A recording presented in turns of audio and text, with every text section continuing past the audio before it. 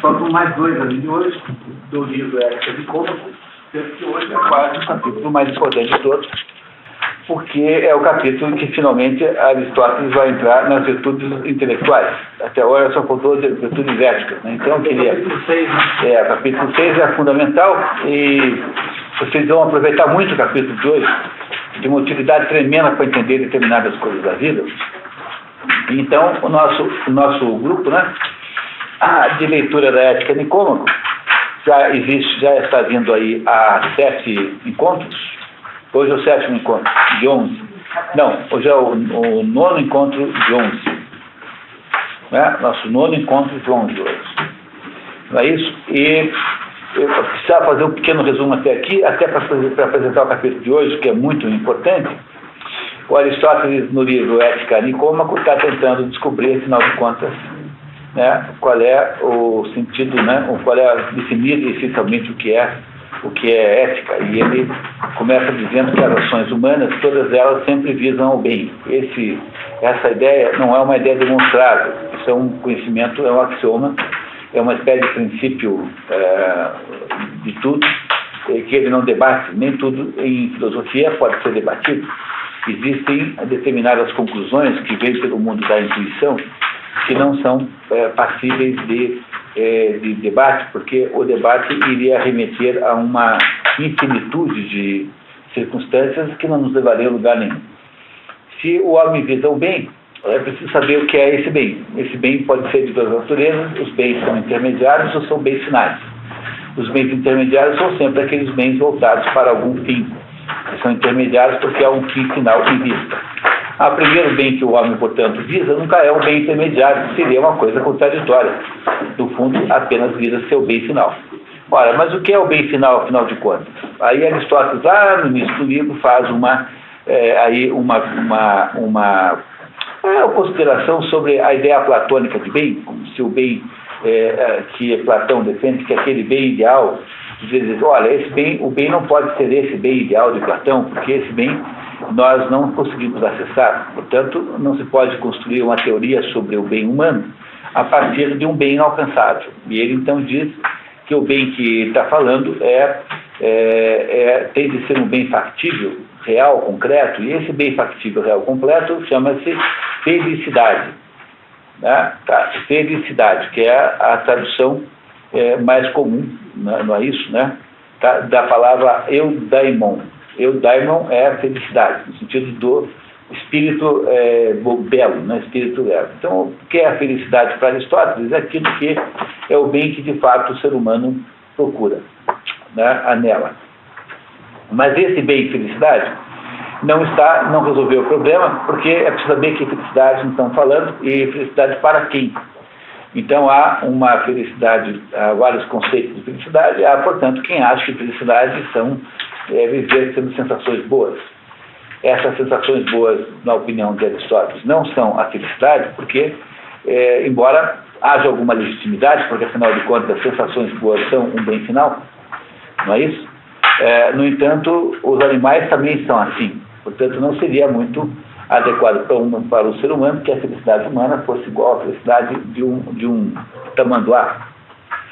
Então, eu acho que achar que o bem é felicidade é o subhumano, está abaixo da condição humana. Há quem acha que a felicidade é as honrarias sociais. E ele diz que isso também não serve como meta de felicidade, porque, afinal, isso vem e vai, isso é precário, porque vem de fora, e você não controla quando vem e não controla quando vai. Diz ele também que há pessoas que acham que a felicidade está na acumulação de riquezas. Essa é a hipótese mais estúpida de todas, Aristóteles, porque a riqueza é um bem intermediário, não um bem final. Então é muito melhor você passar a vida ganhando dinheiro para se divertir tomando uísque, isso é muito mais ilegítimo e humano do que o sujeito que passa a vida só para acumular dinheiro. Quer dizer, o primeiro, ambos estão equivocados, só que o primeiro ainda tem um aspecto animalesco, e o segundo nem isso. Porque passar a vida acumulando bens intermediários não é uma maneira boa de viver a vida. Logo, se nenhuma dessas coisas satisfaz a felicidade humana, Aristóteles acha que só pode ser a felicidade humana só pode ser aquilo e que é próprio do homem. Quer dizer, o que é próprio do homem? É próprio do homem que ele conduza os movimentos da alma segundo a razão. Então é isso que Aristóteles acha que é a felicidade humana. Então, para poder explicar melhor isso, ele vai nos explicar o que é a alma. Na verdade, a explicação sobre o que é a alma não está aqui. Lembrem também que para um grego a alma não tem o significado que tem hoje em dia, né? Porque a alma é psique. Psique é aquilo que se chama de psicologia, da mente, mas a alma para um grego, para Aristóteles sobretudo, é o quê? É a forma que a coisa tem. Né? A forma que a coisa tem. É a forma humana. É composta dentro da forma humana três ingredientes, três pedaços. Um pedaço chamado alma vegetativa, que é a forma biológica do ser humano, com que forma essa que nós compartilhamos com os animais e com as plantas. Sobre a alma vegetativa, nada se pode fazer, a não ser deixar que ela exista. Ela nascerá e morrerá. Portanto, a alma vegetativa não depende da nossa vontade. Ninguém pode decidir parar de respirar. Você pode, obviamente, pular dentro de uma tina de água, mas a sua vontade não interfere no processo fisiológico. Né? A segunda pedaço da alma que interessa é a alma sensitiva, que é a alma onde estão ali, né, sujeitas, né, onde estão incluídas as emoções, as vontades, desejos, enfim, tudo aquilo que tem a ver com a reação ao meio ambiente. Tudo isso é a alma sensitiva, e nós compartilhamos essa alma com os animais, com as plantas não. As plantas não reagem ao meio ambiente, de modo geral não, né? As plantas podem até reagir, então você tem lá plantas que abrem e fecham conforme o sol, mas para a planta isso não é uma relação voluntária, não há nenhuma voluntariedade nisso.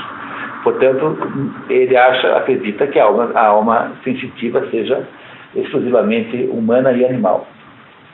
Há, portanto, dentro do homem uma alma sensitiva que parece com os animais, que é a alma dos nossos, algo que encapsula os nossos desejos, as nossas vontades, nossas emoções, sentimentos, enfim. Essa alma sensitiva pode ser controlada em parte. Ela não é 100% controlada, mas todo mundo é capaz de controlar um ataque de raiva, todo mundo é capaz de controlar um desejo sexual exacerbado, não é isso? Tá? Todo mundo é capaz de controlar as emoções que tem de modo geral. E isso significa, então, que a alma sensitiva só se porta bem quando ela está subordinada ao poder da alma racional, que é a terceira parte da alma. A terceira parte da alma é a alma racional. E aí, então, diz ele que só existem virtudes humanas, já que estamos falando de ética, nessas duas últimas almas, porque não há virtude nenhuma em respirar. A respiração é involuntária, portanto, não há virtudes associadas à alma vegetativa. Mas existem virtudes associadas à alma sensitiva, e essas virtudes são chamadas de virtudes morais, ou virtudes éticas. E há virtudes associadas à alma intelectiva, que é a alma racional, que não são iguais às virtudes éticas. Até agora, até o dia de hoje, Aristóteles só nos falou das virtudes éticas. E, de modo geral, ele nos ensinou que as virtudes éticas são a condução digamos, a subordinação daqueles desejos e atitudes e disposições da alma sensitiva ao quê? À justa medida. Portanto, a virtude ética e moral é a capacidade de você ficar no meio entre dois extremos que são igualmente destrutivos. Quer dizer, no lugar de ser temerário ou covarde, é preciso ser corajoso. A coragem está no meio termo, na metade do caminho entre a temeridade e a covardia. E ele então nos falou de muitas e muitas virtudes éticas aqui, sendo que a mais importante delas é a justiça. Tá? Então, a justiça é realiza-se na hora em que você impede o ganho excessivo ou a perda excessiva. E a justiça é aquilo que está no meio termo entre o ganho excessivo e a perda excessiva. E aí nos disse que a justiça, sob o ponto de vista de distribuição, como fazem as leis, ela tem que ser proporcional a alguma coisa. E, com relação, no entanto, à justiça corretiva, aquela que faz o juiz quando decide se quem tem razão numa tendência qualquer, ela não pode ser proporcional. Então, você não deve dar ganho de causa para alguém só porque é pobre. Não é isso? No entanto, essa abordagem de justiça, que é sugerida por Aristóteles, que corretivamente não seja jamais proporcional, mas seja equitativa, essa é uma tendência, desfazer disso é uma tendência moderna em que os tribunais, alguns tribunais, imaginam que se devam discutir o determinada pendência conforme determinado critério econômico dos litigantes. Então, por esse critério, todo sujeito que invade a casa de um rico teria ganho de causa, necessariamente. Isso, na prática, já funciona assim na justiça do trabalho. O trabalho é uma situação dessa. Ela é uma justiça não equitativa, portanto, ela é teoricamente injusta. A justiça do trabalho é nada mais ou menos do que uma enorme iniquidade, do ponto de vista técnico da palavra, porque ela parte de uma desproporção de direitos conforme a posição de réu ou de acusador, que é o que acontece hoje na prática na justiça do trabalho. Já há um desrespeito muito grande desse preceito que Aristóteles diz que não deveria ser desrespeitado. Bom, durante o tempo todo, na metade dos capítulos que nós vemos até agora, Aristóteles gastou o tempo dando exemplos de como é que se chega no justo meio. E agora, finalmente, ele vai ter que entrar num outro assunto, que é o assunto de falar das virtudes intelectivas, e não mais das virtudes éticas. Olha, qual é a diferença desses dois conjuntos de virtudes? É que as virtudes éticas são aquelas referentes a alma sensitiva, quer dizer, na verdade, elas são contenções das paixões. Estão associadas à contenção das paixões. E as virtudes intelectuais não são a mesma coisa. Porque as virtudes intelectuais, na verdade, são virtudes elas estão distribuídas em torno da expressão verdade. Veja, a virtude ética pode ter variação, porque a ética da mulher não é a mesma ética do homem, nem da criança, dizia Aristóteles. Então, aquilo que é eticamente certo para uma mulher pode não ser para um homem, pode não ser para um jovem. Pode variar muito conforme as circunstâncias em que você está, porque essa justa medida, ela é de alguma maneira um pouco pessoal. No entanto, 2 mais 2 igual a 4, isso dá certo para todas as pessoas, independente de sexo, ou de idade, nacionalidade, enfim, o que for. Portanto, as virtudes intelectuais não podem ser a mesma coisa que as virtudes éticas. Elas são de uma outra natureza. E que natureza é essa que o Aristóteles vai nos explicar hoje, nesse capítulo monumental, um dos mais belos, dos mais importantes textos já escritos da história da filosofia, é esse que nós vamos ler hoje. Tá certo, pessoal? Alguém não entendeu alguma coisa até agora? Alguém não entendeu tudo até agora? Estamos na página 177, é isso? 177, 177. Que tal? Vamos lá então? Se você não tem dúvidas. Então o que ele vai fazer agora? Ele vai falar das virtudes intelectuais. As virtudes intelectuais são completamente diferentes das virtudes morais. E as virtudes intelectuais, então, de alguma maneira, subordinam as virtudes morais, de algum modo subordinam. E esse debate vai ficar muito claro aí no meio, quando a gente vai ver que aqui há a necessidade da gente entender algumas coisas que não estão tão explícitas assim nessa história. Mas quem entender esse capítulo de hoje, terá feito um mini curso de filosofia maravilhoso, assim, extraordinário, que é aquilo que se espera que qualquer pessoa faça antes de começar a ir na vida estudar qualquer coisa que o valha, né? Quer dizer, antes de qualquer formação, todo mundo devia ler uma meia dúzia de livros do Aristóteles, né? Pelo menos isso, né? Vamos lá então? Livro 6, alguém gostaria de ler? Temos algum voluntário para leitura? Marcos, muito obrigado, vamos lá. Já afirmamos que é certo escolher a mediania, evitar o excesso e a deficiência, e que a mediania é fixada pela justa razão.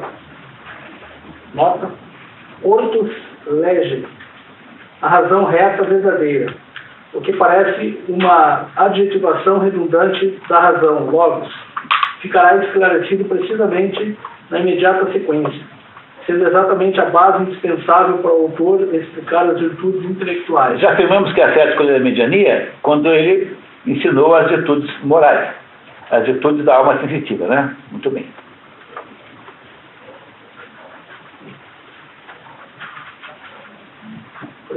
No caso de alguma... Analisemos agora essa última noção. No caso de cada uma das qualidades morais ou disposições que foram discutidas, assim como com todas as demais virtudes, há uma certa marca a ser visada, sobre a qual aquele que conhece a justa razão envolvida fixa seu olhar, aumentando ou relaxando a atenção conformemente. Nota: a analogia parece ser com a alternância de tensão e afrouxamento aplicados no arco para colocação e disparo da seta, que deverá atingir o alvo. Com as virtudes morais, tem um ponto médio que você tem que acertar. Quanto é que é o ponto médio, por exemplo, entre a demonstração, assim, digamos, exibicionista de ter dinheiro e como é que é, pão duríssimo? Então você ganha um dia não, tá? Então o que você vai fazer? Se você comprar um castelo, você vai ser um exibicionista, porque castelo a gente não compra, a gente só erra. Tá certo? Então, entendeu? Tá? Agora, se você também não gastar nenhum dinheiro, à toa que você é pão duro, também é errado. Então, tem um ponto aí no meio que você tem que encontrar qual é. Qual é o ponto no meio? Bom, aí é o ponto que é todo o problema moral, entendeu? Pois é, o problema moral basicamente é esse. Você tem que passar a vida inteira tentando achar o ponto. Entendendo o problema moral qual é? A vida inteira você tenta achar o ponto. Qual é o ponto certo entre você ser um pai permissivo e deixar você fazer o que bem entender, incluído nisso aí, botar fogo na casa, e ser um pai cruel e absolutamente repressor? Qual é o ponto no meio que é o certo? Bom, não sei quanto tempo demora para descobrir, mas não é sempre fácil, sabe? Se o seu filho de 8 anos quiser ir para uma rave, passar 3 dias numa rave, você não deve deixar. Não é isso? Mas se ele quiser ir na festa, no clube, no clube da Mônica, tá? Você não vai deixar por quê? Compreendendo como é um problema sério, educar filhos é um desses problemas morais, na visão de Aristóteles, é um problema moral. Porque qual é o ponto certo no qual você mira, né? Para acertar? Esse é o problema da virtude moral, achar a mediania, a justa razão, a justa medida. Esse é o problema de todo o processo moral. E a maioria desses aprendizados duram a vida inteira, e mesmo assim a gente que não vai aprender nem no final da vida a lidar com determinadas situações. Então há uma sabedoria de comportamento prático, que é o que essas leis morais, no fundo, dizem, que são um aprendizado de vida inteira e você não sabe de fato automaticamente como fazer. E é por isso que comete erro o tempo todo, erra-se o tempo todo no nosso comportamento. Quer dizer, qual é o meio ponto entre você tratar os alunos, sendo um professor, né? Com a absoluta, qual é o grau de ajuda que você deve dar para um aluno poder crescer? Se você faz tudo por ele, é ruim. Se você não faz nada, se você faz como fazia aqui o famoso professor Barsotti, tinha aqui um professor de matemática famosíssimo, que tinha assim uma fama de ser sádico, que chegava na aula e dizia assim: teorema número tal, demonstração trivial. E cobrava na prova de demonstração trivial. Então, isso é errado? Porque você não deu chance para ninguém, né? Por outro lado, fazer tudo pelo aluno também não dá. Ele deve ter um meio termo que é bom. Entenderam o que eu estou dizendo para nós aqui? Que o problema da virtude moral é acertar o meio termo. Só que isso não é tão óbvio quanto parece à primeira vista. Isso envolve aprender o resto da vida a fazer isso. Toda a vida é aprender a fazer isso. Por isso que as pessoas sábias tendem a ser as pessoas mais velhas. Porque o sujeito viu tanto caso, né? Tanto casuística, que ele chega no final da vida e fala assim: não, isso aqui tem que fazer desse jeito aqui, senão não vai funcionar. O pior é que a gente viu os exemplos ruins mais diversos. tive aula com esse bastante. Você teve aula com o Bastante? Então, ele dizia assim, professor, você pode explicar aquela passagem matemática de fórmula para outra?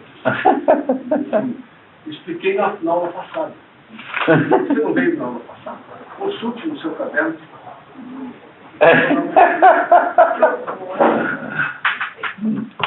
Mas esses são os tipos sádicos, né? Mas aí você veja, sempre tem um aluno está em formação. E era um sujeito brilhante, era um sujeito que tinha... Sabia que ele tem teoremas que ele criou, que ele demonstrou? Tem teoremas da autoria dele. Que não é uma coisa incomum em matemática, mas ele é um sujeito brilhantíssimo, só que ele não sabia como lidar sob o ponto de vista, né, sob o ponto de vista digamos, da atitude com o aluno, ele não sabia fazer. Ele não tinha competência, não tinha a virtude moral da mediania no ensino. Tinha que continuar criando teoremas. Entenderam? Mas ele não sabia fazer. E ele é sádico desse jeito com 80 anos. Né? Sei lá, com 80 anos. Bom, continuamos? Bem, há um certo padrão que determina esses modos de observação da mediania que definimos como estando entre o excesso e a deficiência, em conformidade com a justa razão. A definição de mediania toda história. Essa afirmação pura e simples, entretanto, ainda que verdadeira, não é absolutamente esclarecedora. Em relação a todos os departamentos da atividade humana que foram reduzidos a um saber, pode-se dizer, com o que se diz a verdade, que o esforço deve ser exercido e afrouxado nem demasiado nem pouco demais, mas a uma atenção média e de acordo com orientado pela justa razão. É a nota anterior. Pois é, mas o problema é isso, né? Quer dizer, quem é que sabe exatamente qual é a atenção ideal? Então, é por isso que o problema todo da vida prática e real, é você descobrir essa mediania. Quer dizer, há de haver aí uma fórmula que seja melhor. Mas como acontece, como cada caso é cada caso, e as circunstâncias diferem, então é quase como se houvesse uma dificuldade muito grande de aprender com os outros, embora bons conselhos possam ajudar. Mas é muito individual, caso a caso e por pessoa. Portanto, o aprendizado da vida moral é um aprendizado de vida inteira. E é, portanto, ridículo essa conversa de montar um evento sobre ética e para vir lá dizer para todo mundo que ética é inclusão social. Pô, você me desculpe, mas isso não tem absolutamente nenhum cabimento. É uma coisa ridícula para dizer o mínimo. Porque, no fundo, o que se espera que você aprenda a fazer como cidadão, praticando, né, o melhor comportamento, é você saber comportar-se no incrível e complexo conjunto de situações humanas com as quais você vai se deparar a vida inteira. Portanto, toda vez que tem lá ética como inclusão social, isso não é ética coisa nenhuma, é apenas uma reunião de propaganda aí ideológica de alguma coisa que está oculta e não contaram para você. Não tem nada a ver com estudo de ética, tá? É completamente diferente. Se alguém quer estudar ética, vai ler esse livro aqui. Então, todo mundo que vier para você com um papo de ética, vai ler a ética de como quando a gente começar a conversar, porque senão não dá para conversar. Não é besteira. Continuamos. Todavia, estando alguém de posse dessa verdade, isso não o tornará mais sábio do que antes. Queremos dizer, por exemplo, que tal pessoa não saberá que medicamentos tomar pelo mero fato de lhe terem dito para tomar tudo que arte da medicina ou um doutor em medicina lhe indicar. Consequentemente, no que toca às qualidades da alma, igualmente, não bastará meramente estabelecer a verdade da fórmula acima.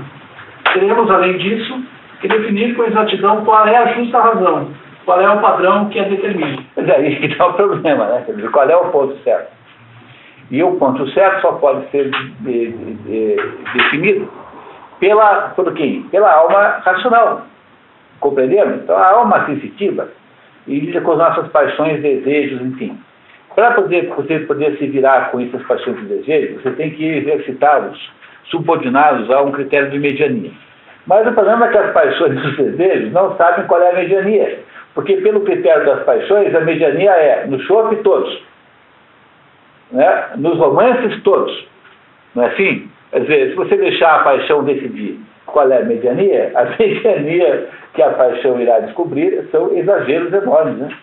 São coisas fora de propósito total. Então, quem é que faz a definição do que é a justa medida? é alguma coisa que não está na alma sensitiva, está na alma racional, que é aquela que tem o poder de definir qual é o critério que você deve usar. Ou seja, como ele compara aqui, né?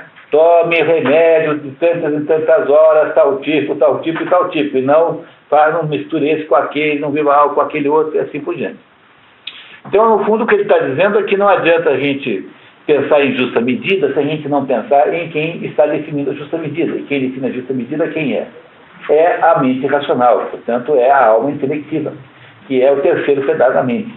Terceiro pedaço da alma, perdão, humana. A psicologia de Aristóteles está num livro magnífico chamado Da Alma, que é uma das perspectivas aqui de leitura para os próximos encontros aqui dos nossos. É uma maravilha. Ninguém deveria estudar psicologia sem ler Da Alma antes, que é a psicologia de Aristóteles. É claro que não tem a sofisticação da psicologia moderna, nem de longe, né? Porque afinal trata-se de um livro escrito há 2.500 anos, 400 anos, mas ela é uma análise lógica e completamente coerente dos componentes que têm que ser levados em questão. Tá? Continuamos. Ora, dividimos as virtudes da alma em dois grupos, nomeadamente as do caráter e as do intelecto. Então, caráter tem a ver com o quê? Com a atitude, que é o que está na alma sensitiva. Não é isso? E intelecto tem a ver com o quê? Com intelegere. Intelecto vem de inteligência. Inteligência, no sentido que é usado por Aristóteles, é a capacidade de perceber o que? A verdade primeira, os primeiros princípios. Então, na verdade, você tem esses dois comportamentos. Ora, o que é alguém que se comporta bem na vida? É alguém que tem o caráter que é balizado pela melhor ideia, né? Pelo melhor jeito, ou seja, pelo melhor conteúdo. As primeiras, as virtudes morais, já foram objeto do nosso exame. Virtudes morais são as virtudes éticas daquelas almas sensitivas, que ele falou até agora, tá? Nossa avaliação das segundas requer que teçamos algumas observações de cunho psicológico. Nossa avaliação das segundas, das virtudes intelectuais, de cunho psicológico, cuidado que aqui, quando ele fala em psicológico, ele está falando em psique. Psique é alma, quer dizer, de cunho álmico. Mas a palavra psicológico, modernamente, não tem o sentido que tinha para Aristóteles, porque para Aristóteles, psique é toda a forma que tem aquele ser. Para nós, psicologicamente, o que nós chamamos de psicológico modernamente? Os fenômenos da mente, digamos assim. Né? Dos sentimentos, enfim, aquilo que parece ser da mente. Para Aristóteles, há um pouco mais de abrangência nessa ideia. Foi dito antes que a alma possui duas partes, uma racional e outra irracional. Na verdade, ele disse que a alma, já disse que eram três partes, né? Só que como ele abandonou a alma vegetativa, porque ela não tem de fato nada para fazer com ela, então ele reduziu o modelo de três em duas. A irracional, que é essa sensitiva, e a racional, que é essa que está tratando agora. Dividamos analogamente a parte racional e passamos à suposição de que há duas faculdades racionais, uma pela qual especulamos as coisas cujos primeiros princípios são invariáveis, e a outra, mediante a qual especulamos aquelas coisas que admitem variação, pois na hipótese de que o conhecimento esteja baseado numa semelhança ou afinidade de alguma espécie entre sujeito e objeto, as partes da alma aptas ao conhecimento dos objetos, que são de tipos diferentes, têm elas próprias de diferir enquanto espécie. Olha, é bem fácil entender isso. Olha aqui, ó. O olho, para ver não tem que ser o olho? Bem, então para ouvir não pode ser o olho, tem que ser o ouvido. Então, para que haja possibilidade de conhecimento, né, aquilo que é visual tem que ser visto pelo olho. Aquilo que é auditivo tem que ser ouvido pela orelha, pelo sistema auditivo. Ora, se isso é assim, então também dentro da alma tem que ter duas capacidades diferentes. Por quê? Porque aquilo que é conhecido é ou coisa mutável ou coisa imutável.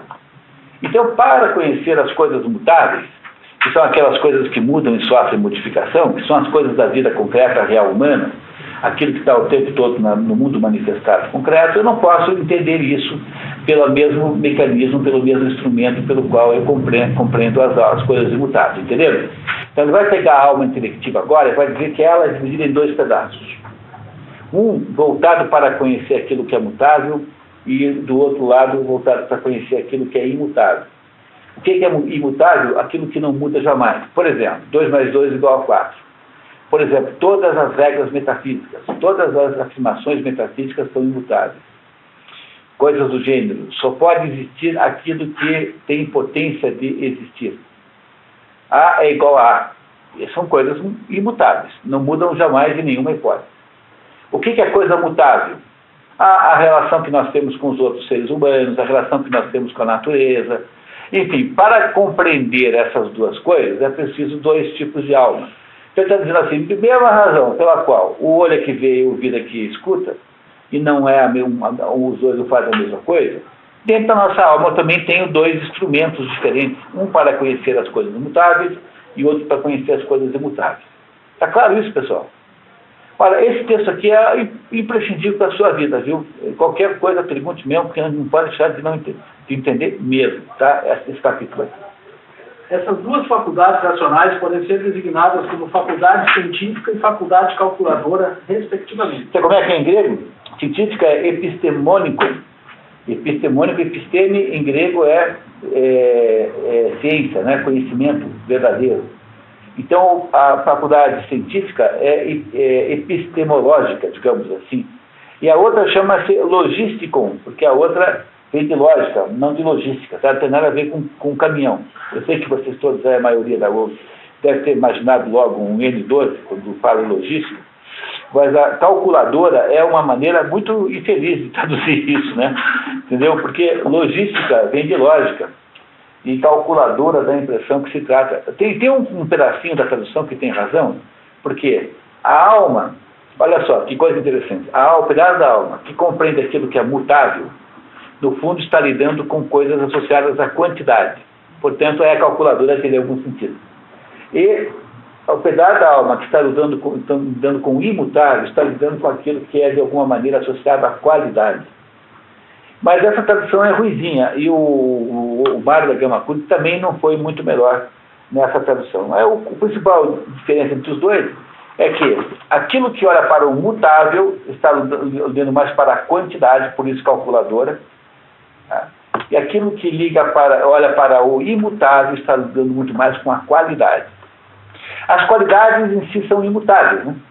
Porque no fundo, a qualidade é a essência do ser. O que alguma coisa é? Uma coisa é aquilo que ela é. Na medida em que ela não pode mais ser aquilo, ela não existirá mais. Então, a hora que a água não molhar mais, ela não será mais água. Não é isso? Tá? Então, tem essa ligação de quantidade e qualidade aí. Uma vez que o cálculo é o mesmo... Ok. Uma vez que o cálculo é o mesmo, que a deliberação, e essa jamais exercida sobre coisas invariáveis, entendemos que a faculdade calculadora constitui uma parte independente da metade racional da alma. Tá, eu falei para você. Então, dentro da nossa alma racional, há dois pedaços, tá? Cumpre-nos, portanto, determinar qual disposição de cada uma dessas faculdades é a mais excelente, pois essa será a virtude específica de cada uma delas. Agora ele vai falar dessas duas possibilidades, dessa faculdade de ver o que é mutável e a ver aquilo que é imutável.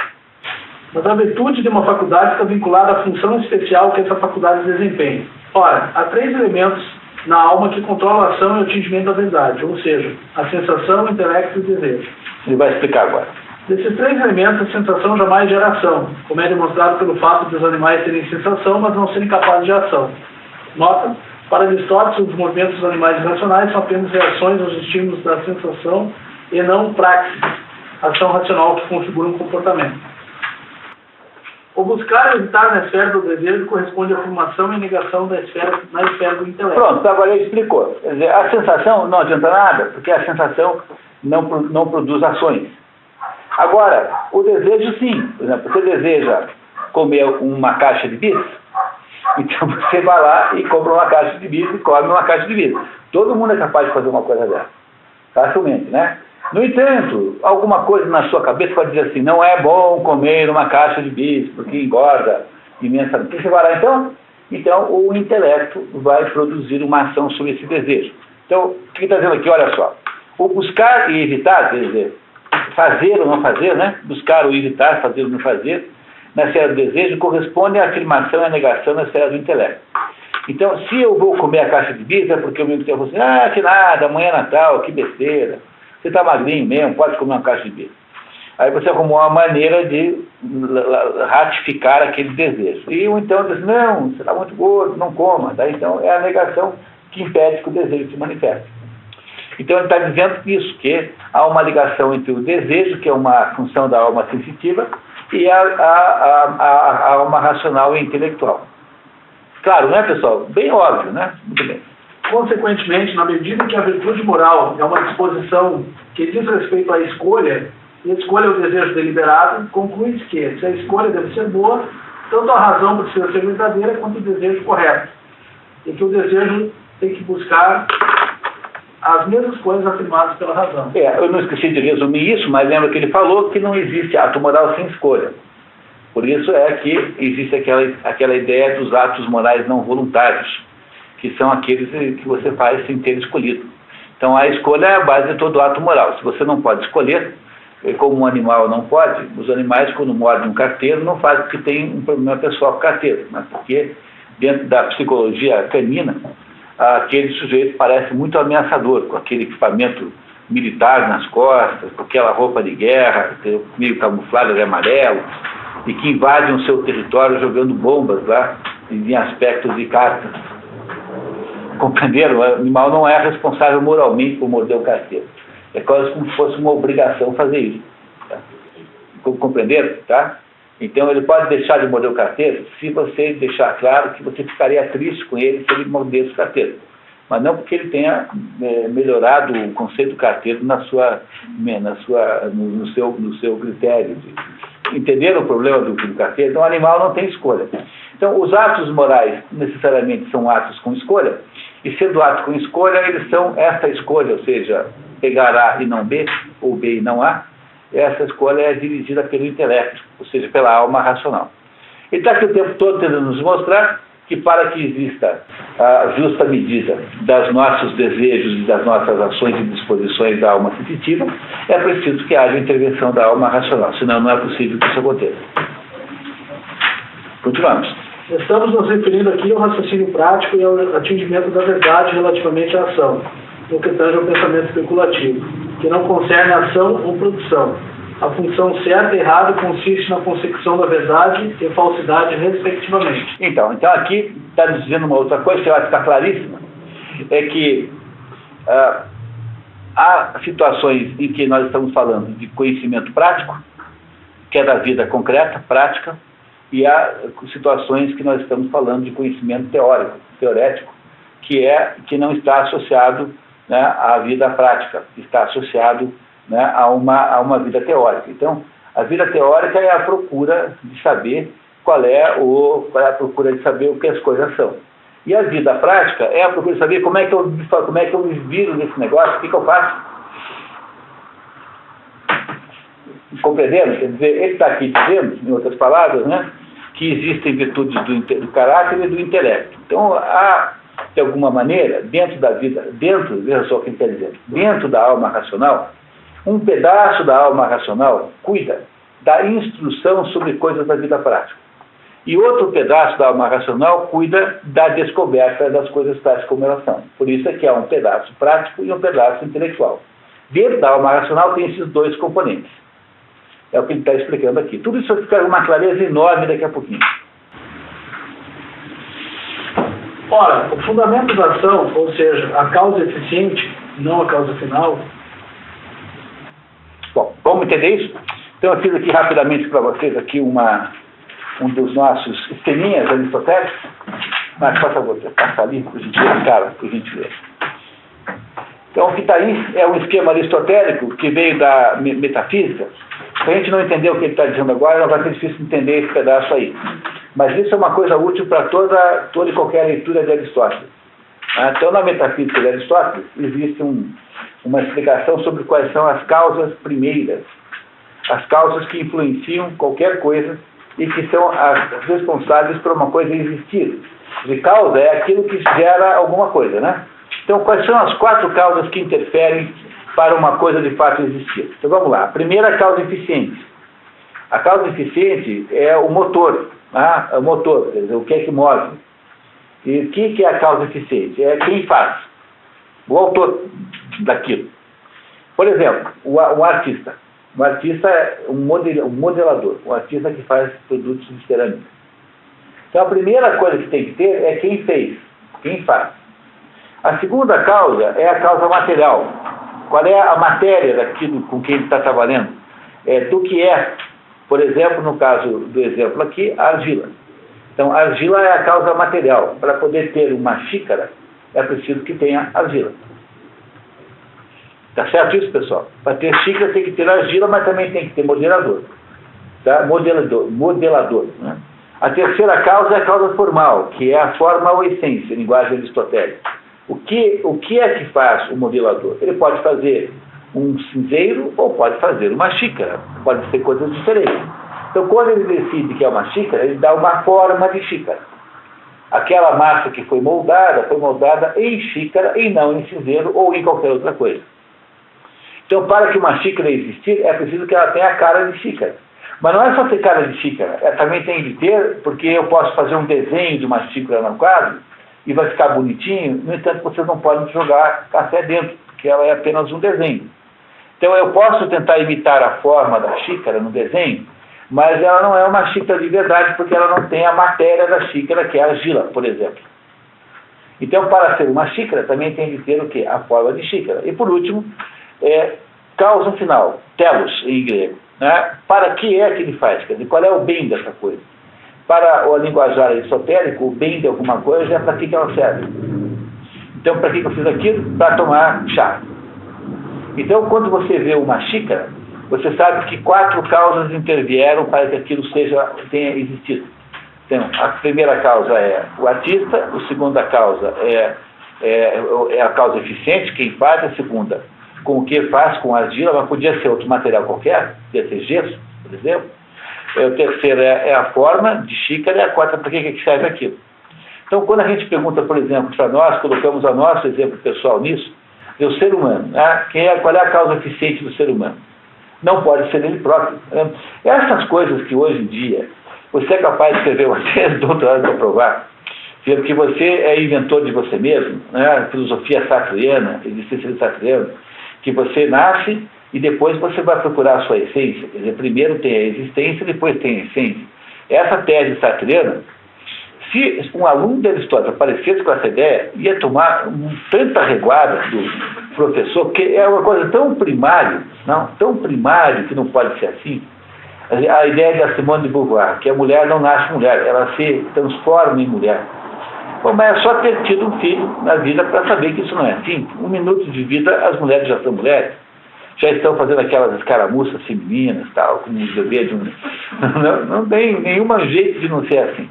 Quer dizer, a ideia, portanto, moderna, de que primeiro vem a existência, depois você procura ser o que você é, fazer alguma coisa, é uma ideia de uma estupidez tão extraordinária, porque no modelinho aristotélico diz assim, olha, você não pode ser causa de você mesmo.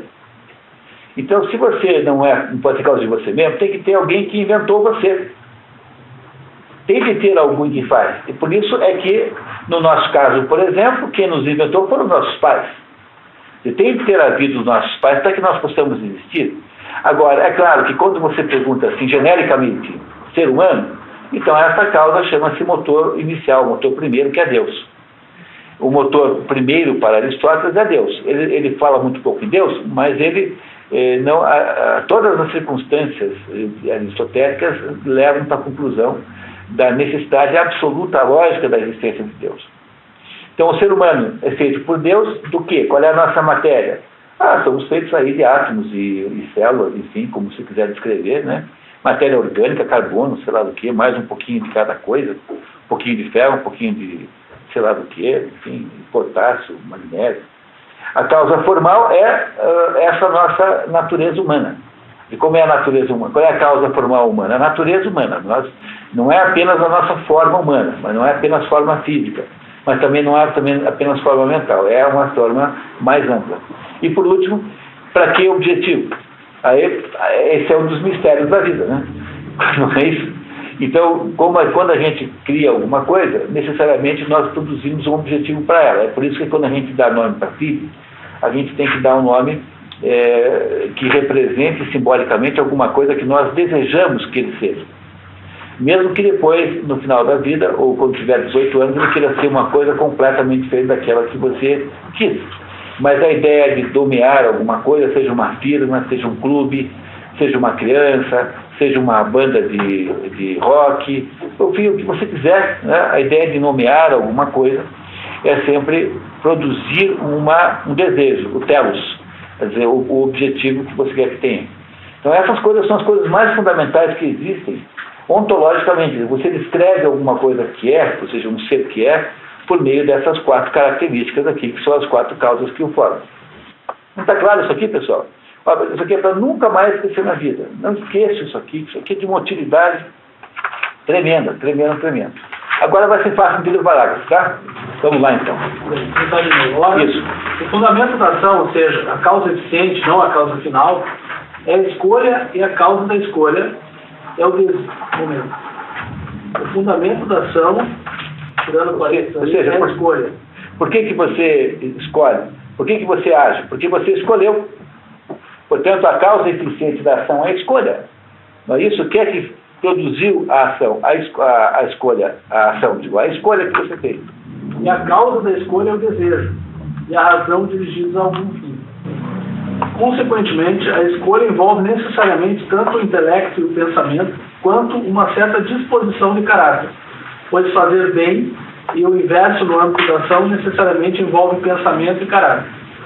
Nota: nu kai janoias. Não, essa é a segunda nota. O texto entre chaves. Ok. O texto entre chaves é dúbio e claramente se trata de uma inserção inconveniente, pois seria lógico do texto precedente. Na verdade, não tem nada que ficar polemizando isso aqui, não vamos polemizar isso.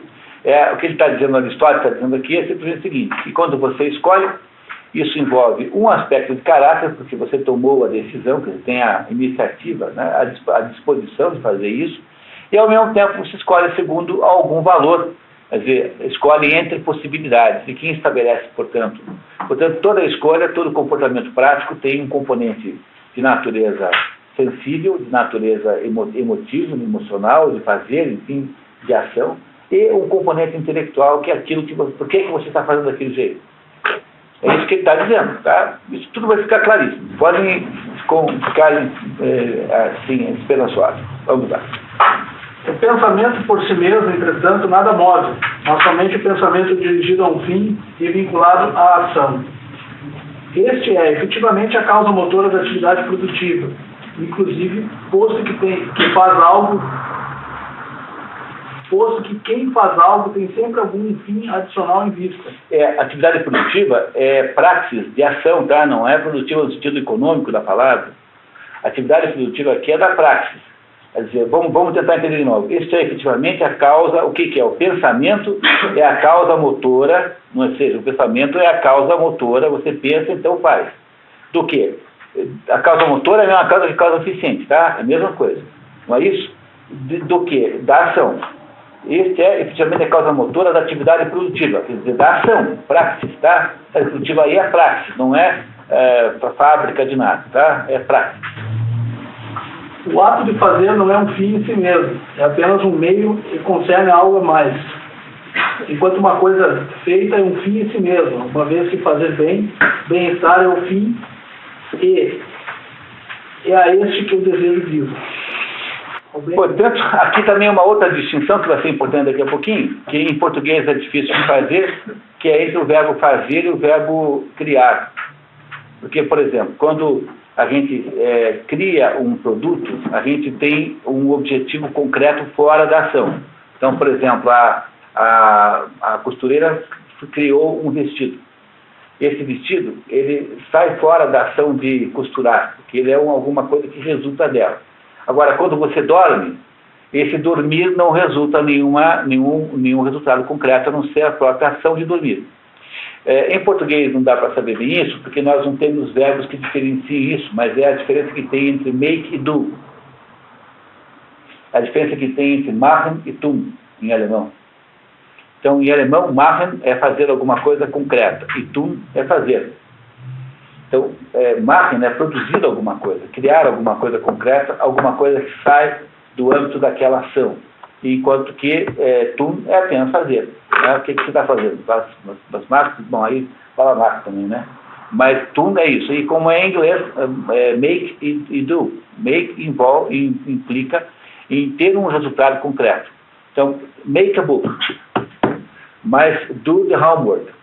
Porque fazer a tarefa de casa não é como produzir um livro. Aquela tarefa de casa está mais ou menos no... Como é que você aprende fazendo? Você aprende fazendo, né? Não é isso? Quando eu faço um livro, o resultado da minha ação é ter alguma coisa que está fora da ação que eu fiz, como resultado final. Agora, fazer o trabalho de casa, não, porque o benefício do trabalho de casa eu faço enquanto faço. Eu recebo enquanto faço. Portanto, em inglês a gente fala make alguma coisa concreta e do the homework. E em português é como se nós não temos verbos para diferenciar essas duas coisas, como tem em inglês e em alemão, por exemplo. Mas é essa a diferença também, tá? Tudo isso vai se encaixar daqui a pouquinho num super esquema. Então vamos lá, continuando. Por conseguinte, a escolha pode ser qualificada ou como um pensamento relacionado ao desejo, ou o desejo relacionado ao pensamento. E o ser humano, como gerador da ação, é uma união de desejo e intelecto. Muito bem, continuamos. A escolha não diz respeito a nada que já tenha acontecido. Por exemplo, ninguém escolhe ter saqueado Troia, pois não se delibera sobre o que aconteceu no passado, mas somente sobre o que ainda é futuro e contingente. O que aconteceu não pode ser desacontecido, pelo que Agaton está certo quando diz: isto apenas é negado mesmo à divindade, o poder de desfazer o que outrora já foi feito. Esse Agaton é um poeta trágico do tempo de Sócrates, de que não restou senão pequenos fragmentos. Então, o que está dizendo é o seguinte: nós não podemos escolher sobre coisas que já passaram. Quer dizer, a escolha também só acontece sobre coisas do futuro. E a escolha sobre coisas do futuro não implica que nós não podemos desfazer o que fez. Nós podemos minorar o que foi feito no passado. Quer dizer, eu posso colar um vaso de Ming que foi quebrado, mas eu não posso não ter derrubado o vaso Ming no chão. E diz ele aqui, o poeta do tempo de Sócrates, diz o quê? Diz que nem mesmo Deus pode desfazer o que já aconteceu, e é absolutamente verdade. Nem mesmo Deus consegue desfazer o passado. Deus pode fazer milagres, mas desfazer o passado não dá. Porque o passado, de alguma maneira, não existe mais para ser desfeito. O passado já passou, ele já não existe mais. Então, o passado não pode ser alvo de escolha. Só tem escolha o alvo, né, o futuro. Mas também não pode ser como aquele português que estava andando na rua assim, e tinha uma casca de banana 3 metros na frente, e ele falou assim: ai meu Deus, outro tombo. Que aí é você lidar com o futuro, como é lidar com o futuro do mesmo modo que você lida com o passado, né? Quer dizer, você não pode extinguir o fato que você tomou um tombo na semana passada pisando numa casca de banana. Agora, no futuro você tem escolha, que é desviar da casca, né? A não ser o português da história. Ai meu Deus, outro tombo. Aí não dá. É o quê? Foi decidido? Né? Para confirmar, né, a profecia que ele não fez, né? Então vamos lá. O atingimento da verdade é, portanto, a função de ambas as partes intelectuais, racionais da alma. E, portanto, suas respectivas virtudes são aquelas disposições que melhor as qualificarão para atingir a verdade. Então, a verdade é o que a alma intelectual quer fazer. Mas a alma intelectual precisa atingir a verdade em duas situações diferentes. Numa em que há a possibilidade de escolha, que está sempre associada com as coisas mutáveis.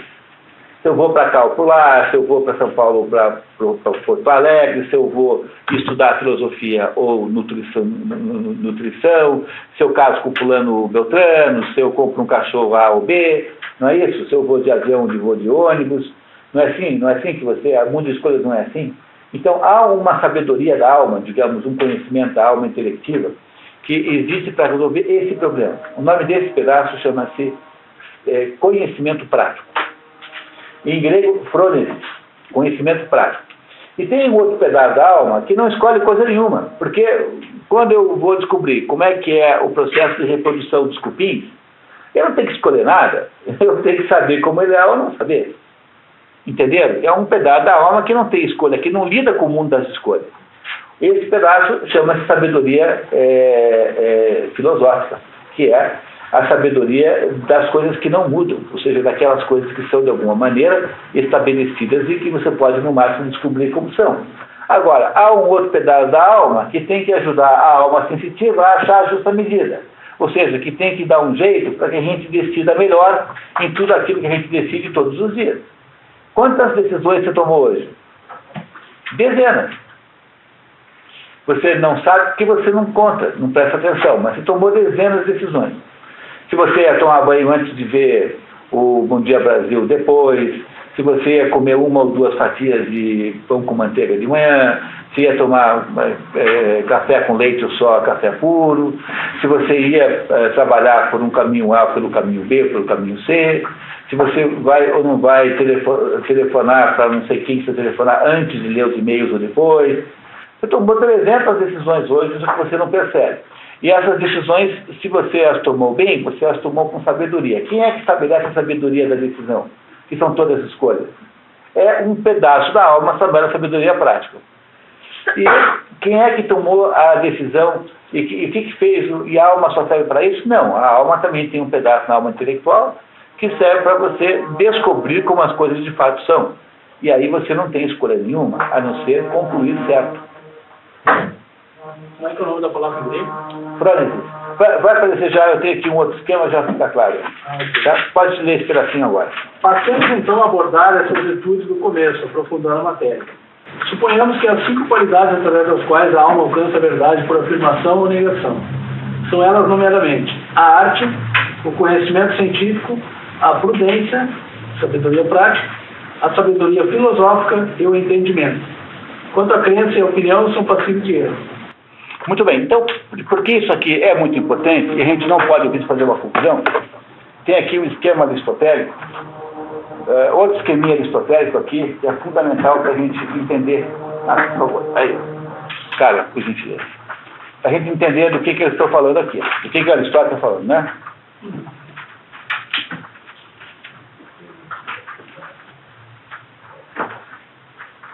O primeiro problema dessa conversa é que cada autor usa uma tradução diferente dessas palavras gregas aí, né? Essa listinha de 5 coisas. Então, o que nós vamos fazer? Nós vamos abandonar toda a tradução e vamos trabalhar com as palavras gregas, tá? Porque aí nós não vamos mais fazer confusão nenhuma. Então, são palavras gregas que são obrigação que vocês têm já de saber, nessa altura do campeonato, essas 5 palavras, vocês me desculpem, mas são vocabulário básico, né?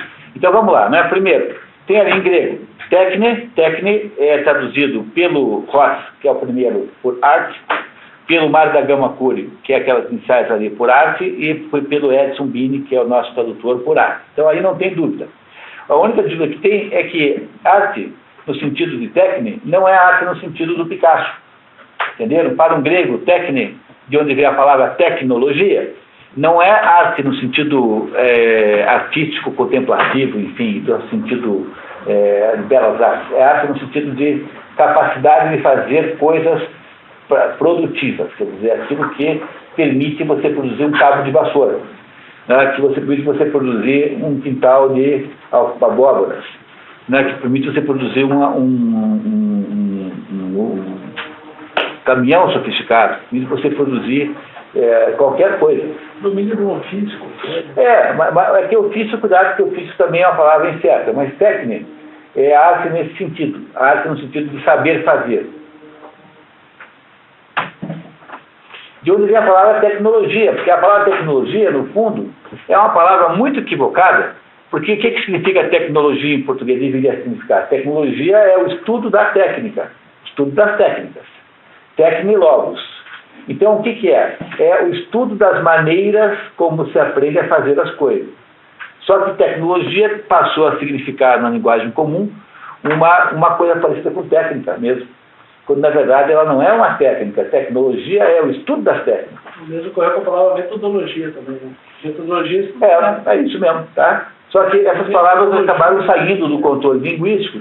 Então, tecnologia é, de modo geral, técnica sofisticada. Você nunca fala tecnologia por um fulano que vai botar uma ferradura no cavalo, né? Nunca se fala assim. Quer dizer, a tecnologia passou a ter um sentido de técnica produtiva sofisticada. quando na verdade o sentido da própria palavra tecnologia é só estudo das técnicas. Mas técnica para o grego significa arte. Então há uma técnica em tudo que você possa imaginar, desde escovar os dentes até a arte, sei lá, de varrer o chão, tudo isso tem técnica. Pois varrer o chão não vai de qualquer jeito, tem jeito de varrer, né, melhor do que outro. Não é isso? Então a palavra técnica é a que se vamos chamar de arte, tá? De agora em diante. Combinado? Todo mundo conhece a palavra, não tem nenhuma novidade. A segunda, episteme. Episteme em grego significa verdade, conhecimento, que o inglês traduziu por knowledge e que os dois brasileiros combinam aí chamando de conhecimento científico. Só cuidado, conhecimento científico também é muito ruim, porque para um grego, episteme não é conhecimento científico, porque naquela época não havia diferença entre filosofia e conhecimento, e ciência, por exemplo. Para Aristóteles tudo é episteme. Então, conhecimento científico só pode ser dito assim para um homem moderno, porque para um antigo, episteme é o conhecimento que você pode demonstrar. Quer dizer, é o contrário de doxa. Doxa é opinião. D-O-X-A, doxa, opinião. Então, doxa o que é? Ah, eu acho tal coisa desse jeito. Então, isso é doxa. Todo mundo é cheio de doxas. Agora, episteme não. Episteme é quando você vai demonstrar alguma conclusão, para isso é preciso fazer um determinado razoável. É aquilo que você faz no trabalho científico, por exemplo. Compreenderam? Quer dizer, o doxa é a opinião no barbeiro sobre qual é o melhor time do Paraná, por exemplo. Quem vai ganhar o campeonato. Isso é doxa. Agora, episteme não. Episteme é um órgão como os cientistas falam. E é uma maneira organizada de demonstrar determinadas conclusões. Isso é episteme. Só que para um grego, isso não se aplicava apenas ao mundo científico moderno, entendeu? Portanto, cuidado. Por isso é que eu acho que o Ross está mais certo em chamar de knowledge. A tradução inglesa é melhor do que as outras duas traduções, tá? Nitidamente melhor. Essa palavra, no entanto, é a origem da epistemologia, que é a teoria do conhecimento, a parte da filosofia que investiga o conhecimento.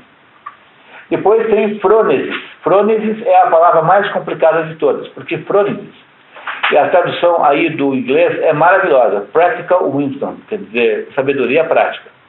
Isso é frônesis.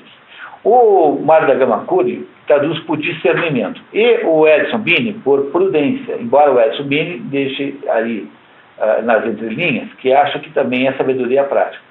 Mas frônesis é sabedoria prática, quer dizer, é a sabedoria que permite que você possa lidar com as decisões do mundo do dia a dia.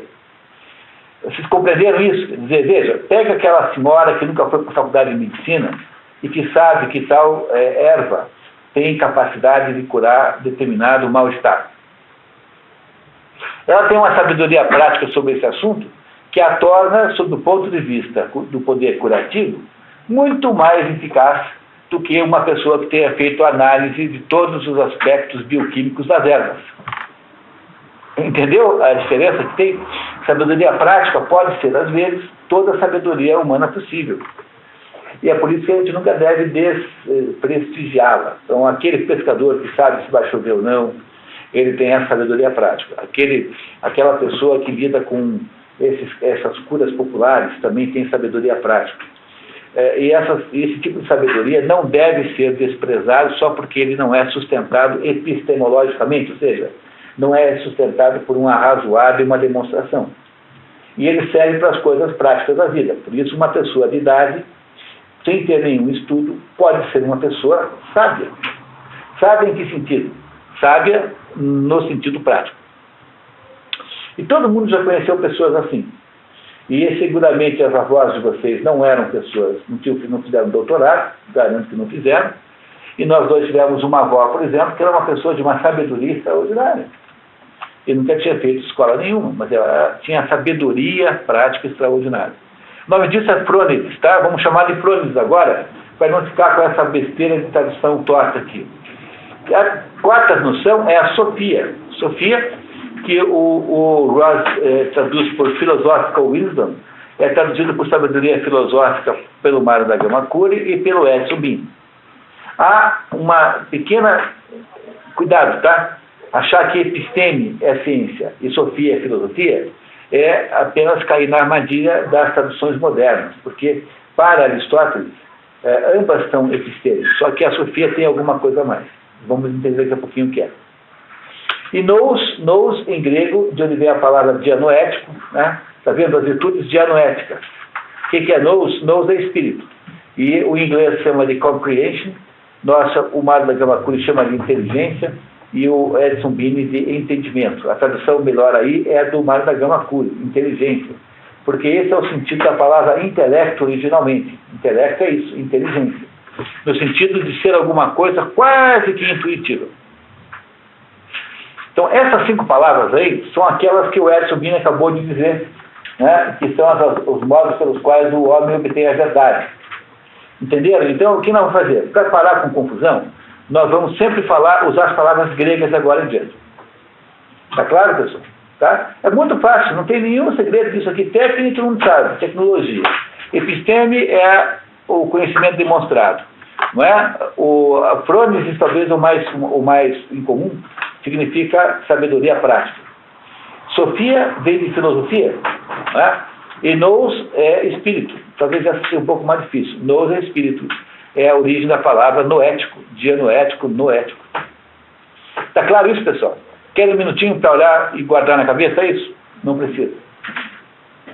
Podemos ir em frente? Então vamos lá. Quer começar de novo então, suponhamos? Suponhamos que há 5 qualidades através das quais a alma alcança a verdade por afirmação e negação. São elas, nomeadamente, a arte, técnica, o conhecimento científico, episteme, a prudência, frônesis, a sabedoria filosófica, sofia e o entendimento. Que é nous. Entenderam isso? Está claro, pessoal? Ficou claro agora, né? Então, olá, Betina. O único jeito que tem da gente poder, né? A única maneira que tem, acho que deve ter no campo alguma sobra aí para a Betina, deve ter. Então, por favor, se puder passar para ela uma cópia de cada um. Então, para a gente não ficar agora quebrando a cabeça com traduções esquisitas, nós só vamos usar agora a expressão grega até o fim do livro. Tá certo? Tá? Muito bem. Continuamos. É possível esclarecer a natureza do conhecimento científico, atribuindo ao termo o seu exato sentido. Episteme. Aristóteles se refere aqui ao sentido particular e específico da palavra e não ao genérico. Vamos lá, é possível, linha 18.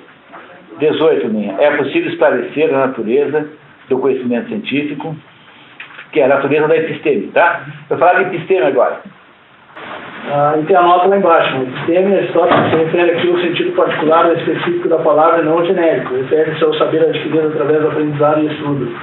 Tudo aquilo que é epistemológico pode ser ensinado, porque como tudo aquilo que é epistemológico é demonstrado, então você pode ensinar qualquer um a ser cientista, a analisar cientificamente as coisas. E, para terminar o parágrafo, ele expressando seu uso semelhante como serve. Analogias, tá? Uso semelhante é analogias. Então, ele está falando de epistemologia aqui, episteme no sentido explícito da palavra, e não no sentido amplo, assim, tá? Então, conhecimento em geral, não é. É quando é demonstrado mesmo, é quando é resultado de uma conclusão alicerçada de uma demonstração. Isso é episteme, que é a ciência, né? Todos nós admitimos que uma coisa que conhecemos cientificamente não pode variar. Quando uma coisa variável se acha além do alcance de nossa observação, não sabemos se ela existe ou não. Você não pode tentar criar uma zoologia de animais que mudam de jeito de ser o tempo todo. Então, você vai analisar uma galinha, dali a um minuto é um coelho. Né? Então, essas coisas não podem variar. Quer dizer, um coelho é sempre um coelho. E uma galinha é sempre uma galinha. Então, a ciência não pode ser, a ciência não pode lidar com coisas variáveis, só com coisas fixas. Portanto, a ciência, de alguma maneira, pertence a qual daquelas duas funções da alma? A alma que analisa as coisas variáveis ou a alma que analisa as coisas invariáveis? As coisas invariáveis. Né? Essa que é a ideia que ele está dizendo. Que a ciência precisa lidar com algumas coisas que não são alvo de escolha. No fundo é isso, né? Aquilo que a ciência está escolhendo, não pode escolher. Quer dizer, você está entendendo os ventos. Os ventos variam, mas são sempre ventos. Não são outra coisa qualquer. Então, o que ele está dizendo é que, no fundo, não pode existir ciência se ela não tem objeto de estudo. O objeto, uma ciência se define basicamente pelo seu objeto, e não pelo método. Porque o método é sempre igual. Né? Agora, o objeto é aquilo que define. O que a política estuda? Estuda o poder. O que a geografia estuda? Estuda a superfície da Terra. O que a psicologia dos grupos estuda?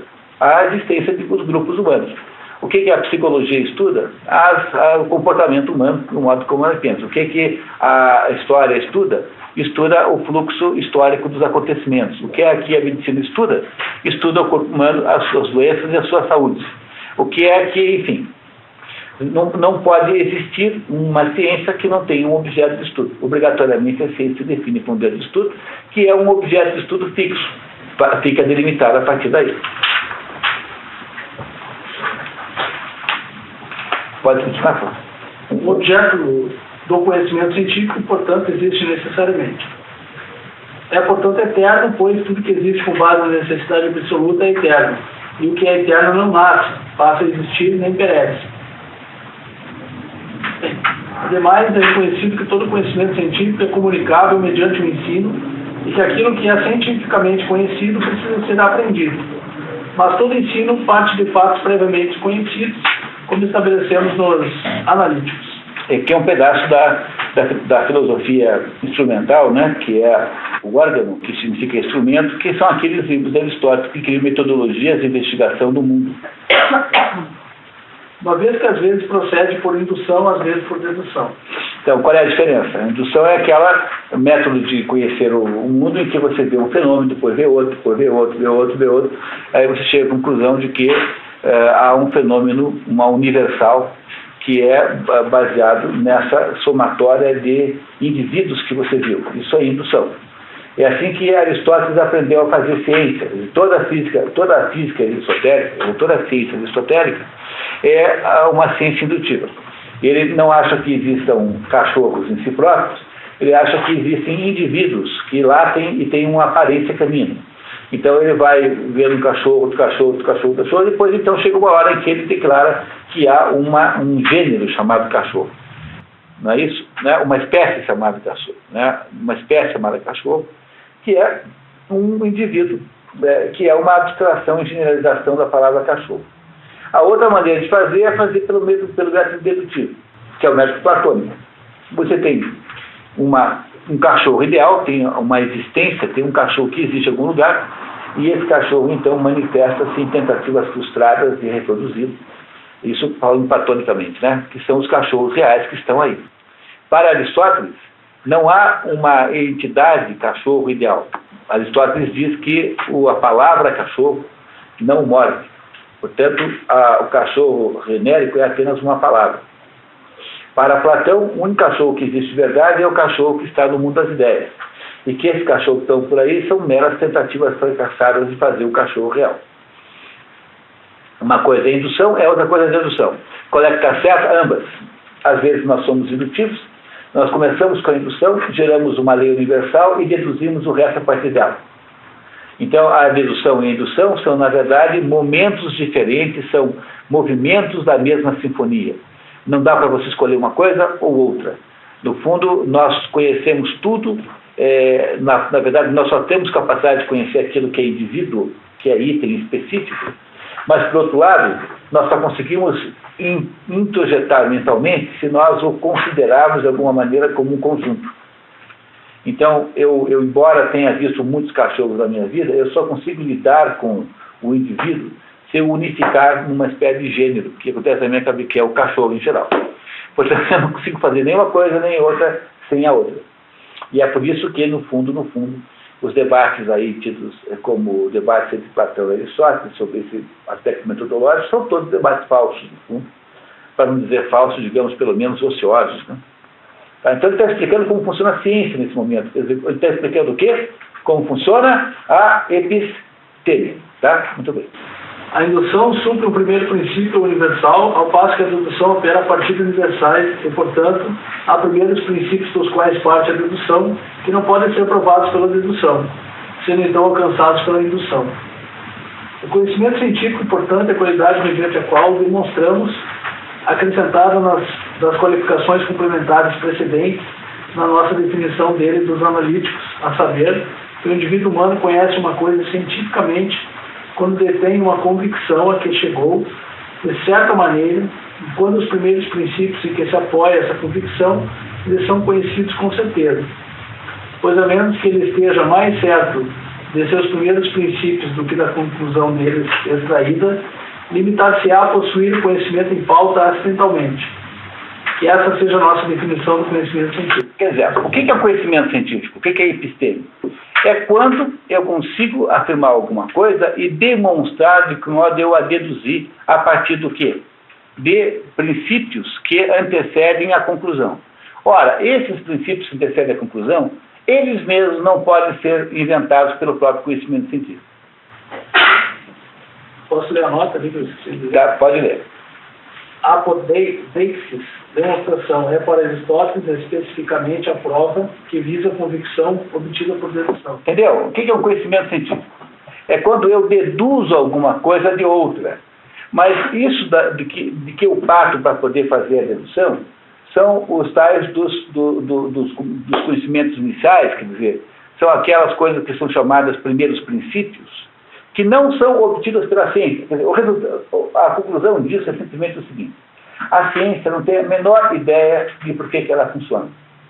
É preciso ter alguma coisa que é anterior à ciência para que ela possa funcionar. Porque a episteme sozinha não consegue deduzir aquilo que é a princípio. Porque se a dedução parte de um princípio original que é produzido por indução, então eu não consigo, pela dedução, produzir os princípios iniciais que são a base do meu raciocínio. Então, algum lugar ou outro estarão os princípios iniciais que eu utilizarei na ciência para tirar suas deduções. Ou seja, o que a ciência não pode fazer é ser a base do conhecimento humano. Porque, embora ela seja fundamental, ela não tem dentro dela nem mesmo as condições para provar que ela mesma funciona. Ela não sabe porque a ciência existe. Aí, quando você vê essa coisa moderna dos cientistas serem transformados todos em deuses, então toda semana tem uma imbecilidade qualquer que o cientista declarou e que é aceita tacitamente como verdade por todo mundo porque o sujeito é cientista. Então, fulano de cientista diz tal coisa, pronto, agora é verdade, só porque é cientista. Nós vivemos uma época em que a ciência passou a ter uma espécie de poder assim divino, ela é uma entidade de autoridade máxima. No entanto, esse sujeito que você pensa que é um sujeito racional, etc., está partindo de primeiros princípios que ele mesmo não pode provar pelo método científico. Portanto, ele está subordinado a uma outra coisa que não a própria ciência. E, portanto, a ciência não é, em si, autônoma, nem capaz de resolver as coisas. Vai ficando mais claro, quer ver? Vamos deixar o Aristóteles explicar.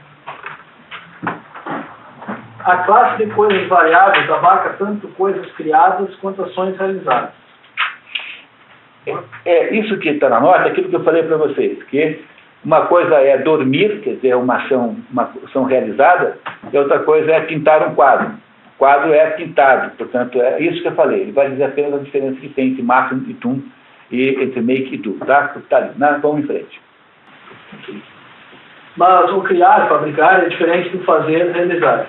Uma distinção que admitimos a partir de discursos externos. Assim, a qualidade racional concernente ao fazer, realizar, difere da qualidade racional concernente ao criar, fabricar. Nem é um deles uma parte do outro, pois fazer não é uma forma de criar e nem criar uma forma de fazer. Entendendo? Fazer a lição de casa não tem que criar alguma coisa. Porque criar alguma coisa implica num resultado exterior à ação. Não? Então eu criei um quadro. Então eu passei 2 horas pintando, no final tinha um quadro. Ora, quem passa 2 horas estudando, no final não tem nada, a não ser passou o tempo que gastou, passou 2 horas estudando. É isso que está dizendo, são coisas diferentes, tem que ser separadas então, tá? Ora, a construção de casas, por exemplo, é uma arte e é também uma qualidade racional que concerne ao criar, fabricar. Tampouco existe qualquer arte que não seja uma qualidade racional que diz respeito ao criar, fabricar, e nem uma tal qualidade que não seja uma arte. Por arte aqui sempre vamos entender técnica, né? Técnica. Lembra que nós combinamos de trocar as palavras? Então a arte é técnica. Conclui-se disso que uma arte é o mesmo que uma qualidade racional concernente ao criar, fabricar. e que envolve um processo verdadeiro de raciocínio. Então, o que é fazer uma casa? Fabricar uma casa é uma técnica. O que é? É você seguir um conjunto de ações, ou seja, uma sequência de atos, cujo resultado final será produzir um objeto chamado casa. Portanto, isso não é um ato da alma sensitiva, isso é um ato da alma racional. Não é isso? No entanto, esse ato da alma racional, que é produzir pela técnica, pela arte técnica, produzir as ações que gerarão o resultado final, isso não pode ser confundido com os atos que são de natureza não de criar, mas de fazer, que são os atos da vida moral, aquilo que você faz na sua vida concreta, quando você se comporta, simplesmente vive. E é por isso que ele está tentando separar essas duas coisas. O ponto está dizendo o seguinte, que com relação aos assuntos, com o mundo das coisas variáveis, há duas interferências da mente racional. A interferência chamada frônesis e a interferência chamada técnica. Técnica e frônesis dizem respeito a esse aspecto das coisas mutáveis. E, do outro lado, onde estão as coisas imutáveis, existem a potência da alma racional, que é a inteligência, que é aqui o nous, que é a episteme, que é a ciência, e é a sofia, que é a sabedoria filosófica. É isso que está aqui nesse nosso documento. Se vocês olharem aqui, por favor, reparem aí, que eu tenho, de um lado esquerdo, eu tenho o logístico, que diz respeito ao quê? Aquilo que eu conto, que é o conhecimento das coisas mutáveis, incluindo as humanas. Aristóteles disse que a alma racional é dividida em duas funções. Logístico, que é o conhecimento das coisas humanas, mutáveis, incluindo as humanas, e epistemônicon, do outro lado, que é o conhecimento das coisas imutáveis, incluindo os primeiros princípios. Tá? Tem um errinho ali, não é os primeiros princípios. Então, do lado esquerdo, eu tenho ali a frônesis, que é o que faz, e embaixo a técnica que cria. Entenderam isso? Então, como é que a alma racional interfere no mundo das coisas mutáveis? Ou instruindo como se faz, no sentido de frônesis, ou seja, no sentido de coisas apenas que se fazem e não que se criam, ou instruindo a técnica, que é aquela parte da alma racional que cria. E do lado direito, no mundo dos imutáveis, eu tenho o nous, a episteme e a sofia. Portanto, aquelas 5, lembra que ele começou dizendo que havia 5 meios pelos quais a alma racional conhece a verdade? Pois 2 desses meios referem-se ao mundo dos mutáveis, do lado esquerdo, e 3 desses meios referem-se ao mundo dos imutáveis. Está encaixando o cabo a cabeça? O frônesis aqui não tem nenhum sentido de fazer aqui de rotina? Sabedoria prática. Rotina, né? Pode até ser, mas ele se aplica ao quê? A escolhas, portanto, às coisas que são naturalmente mutáveis. O que faz o técnico? O técnico ele tem escolhas específicas da própria técnica, mas o técnico, no fundo, é apenas a arte de produzir alguma coisa concreta no fim. Então, o modo de educar os filhos é um frônesis. Dirigir a cidade, como é que você coordena a cidade politicamente? É a frônesis. Agora, o carpinteiro, o sujeito que faz barcos, a pessoa que faz roupas, enfim, todas essas habilidades do escultor são todas técnicas. Mas, tanto num caso como outro, essas duas coisas estão associadas às coisas mutáveis, ou seja, aquele pedaço do mundo que é mutável. Lembra que, no fundo, ele começou a contar assim, olha, pessoal, quando eu falei para vocês das virtudes morais, das virtudes éticas, eu disse que as virtudes éticas eram encontrar o justo meio, ou seja, aquele ponto central. Mas isso não é possível sem que exista uma razão que está iluminando esse justo meio, dizendo que aquele justo meio é o justo meio certo. Ora, qual é o pedaço da razão que faz isso? É a frônesis. Quer dizer, a frônesis é aquele pedaço da razão, portanto, da alma intelectiva, que ajuda a alma sensitiva a decidir melhor, em toda e qualquer circunstância. E, ainda assim, a alma intelectiva tem um outro pedaço, que é associado a esse, mas já com uma outra natureza, que é a capacidade de construir coisas, ou seja, de fazer procedimentos que gerarão, no final, algum objetivo concreto e real. Só que a alma intelectual não pode se resumir apenas essas duas coisas, porque também existem coisas imutáveis. E o que está lidando com as coisas imutáveis não é nem a frônesis e nem a técnica. É o nous, episteme e sofia. Essas três coisas lidam com a alma imutável. Portanto, as 5 funções da alma intelectiva, da alma racional, estão agora divididas nos seus devidos lugares. Está claro isso, pessoal? Está ficando claro? Bom, vai ficar bem claro. Não sai ninguém daqui hoje para entender isso. A Patrícia trouxe um questionário ali para responder na saída, que ela passou a tarde inteira fazendo.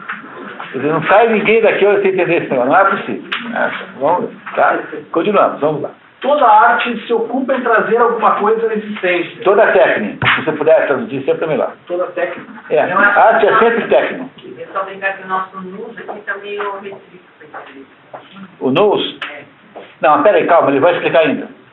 Tá? Até agora só está explicado o quê? Primeiro, que as 5 funções da alma que Aristóteles estabelece, nós vamos usar as expressões gregas e está agora estabelecido que essas 5 dividem-se em 2 grupos. Então, o primeiro grupo à esquerda, associado que às coisas variáveis, mutáveis da vida, e o lado direito associado àquelas que são invariáveis. Então, vamos lá. E dedicar-se a uma técnica significa estudar como trazer ao existir uma coisa que é possível existir ou não. A causa eficiente da qual estando no Criador e não na coisa criada, pois a arte não se ocupa com coisas que existem ou passam a existir, venha a ser necessariamente, ou pela natureza, uma vez que essas coisas possuem suas causas eficientes em si mesmas. O que ele está dizendo é o seguinte, que toda técnica não pode se atribuir a coisas que a natureza já faz. Então você não pode inventar uma maneira de produzir chuva, né, de produzir o sol e a noite e o dia, porque até algumas coisas, aquilo que é necessário em si próprio, ou seja, aquilo cuja a causa eficiente já está embutido em si, que é a própria natureza, né, tá, a causa eficiente é algum mecanismo na natureza. Então não é algo de técnica. Algo de técnica o que é? É você fazer um carrinho de mão, você fazer um prédio, você criar uma vacina. Então a técnica só pode ser aplicada aquilo que pode existir ou não.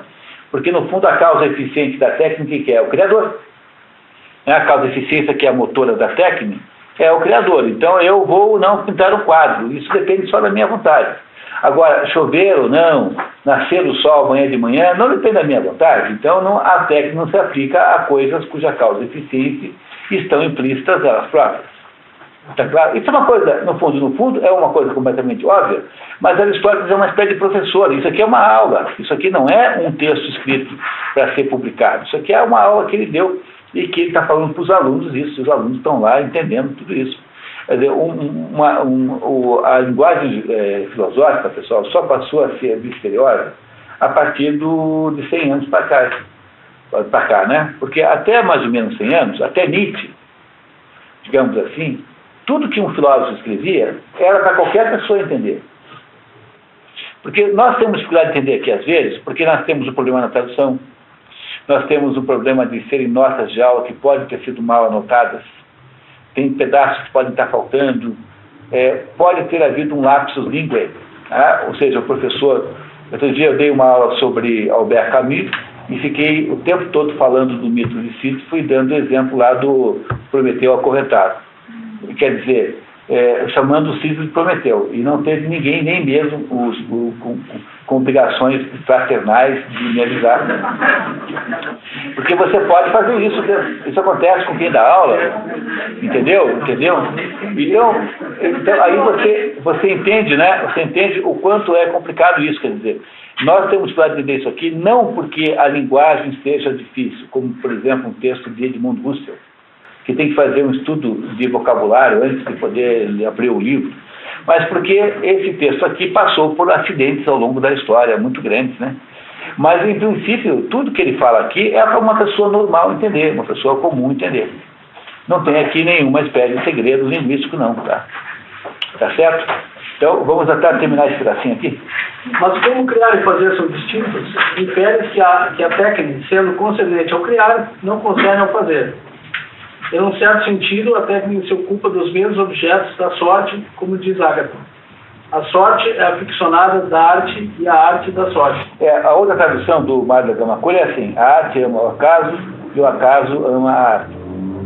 E isso, o significado disso é simplesmente o seguinte, que a arte, que é a técnica, lida com coisas não necessárias. Mas não é não necessário no sentido assim, de que o automóvel não é necessário. Mas é aquilo que a natureza não produziu sozinha.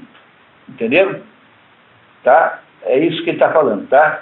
Quer dizer, o acaso é alguma coisa que não faz parte implícita da natureza. Porque se ela fosse, se fosse, pertencesse um mecanismo da natureza, então o acaso não seria acaso, seria a regra.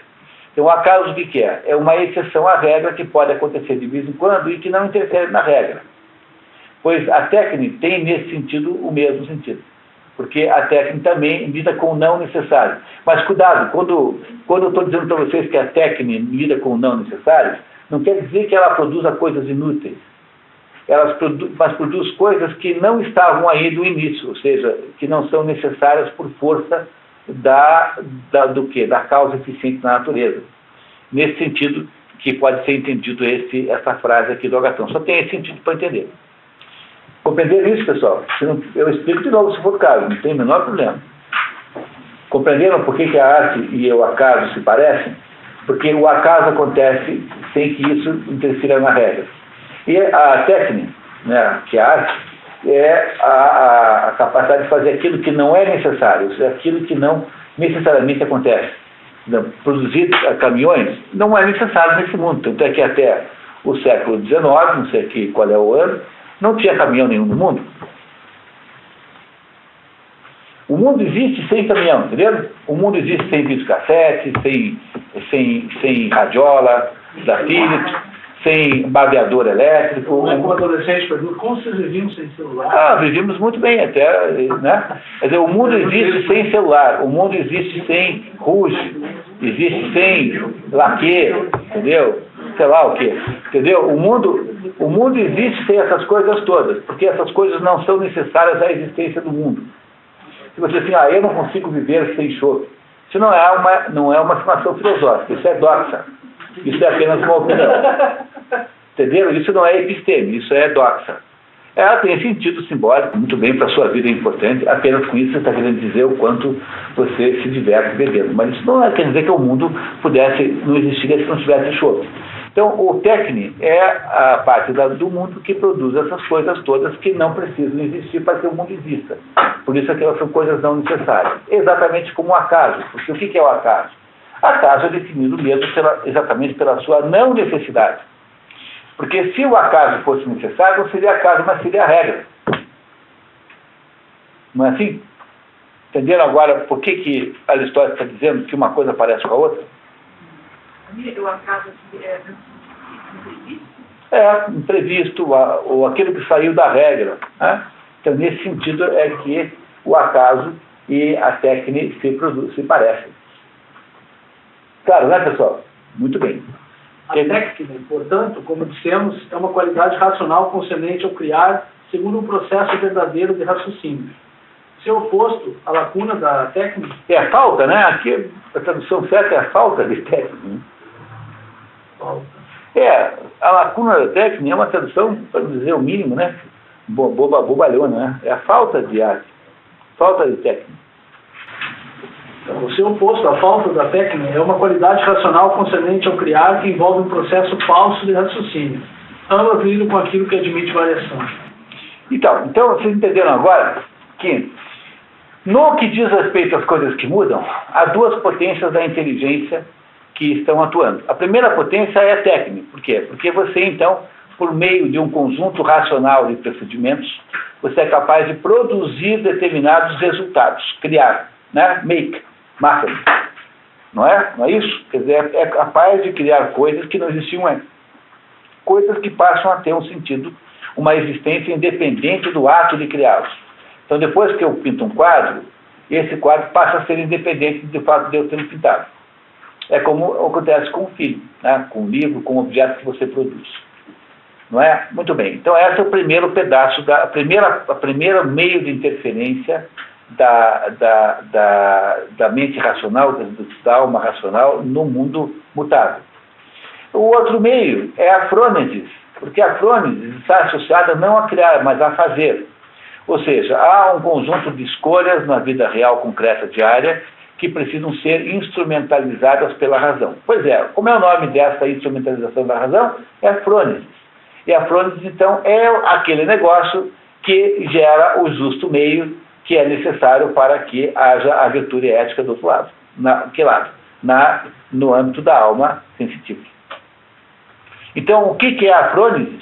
É o pedaço da alma racional que interfere e coordena, de alguma maneira, que delimita o quê? A alma sensitiva, criando, então, o quê? O justo meio pelo qual a alma sensitiva há de faltar seu comportamento. Claro, né, pessoal? Está claro, né? Vamos tomar um café e continuar daqui a 10 minutos? Então, vamos lá.